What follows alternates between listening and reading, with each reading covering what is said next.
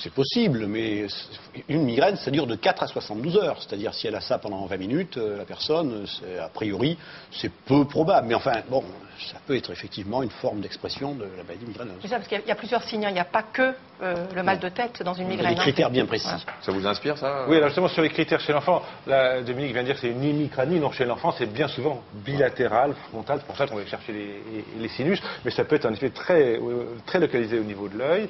Et un très bon signe chez l'enfant, c'est la pâleur. On a fait une étude récente, on montre que les enfants sont livides, cadavériques, on a l'impression qu'ils vont mourir. Pendant plusieurs heures. Non, au début de la crise. Ça, c'est vraiment pathognomonique. Ça veut dire que pathognomonique, c'est quand on a des symptômes vraiment. qui sont évidemment en rapport avec une pathologie. Voilà, mais un enfant qui régulièrement a mal au crâne, de manière intense, qui s'allonge et qui est tout pâle, c'est rare qu'on ne soit pas dans le cas de la migraine. Ils vomissent aussi, les enfants, ou pas? La moitié.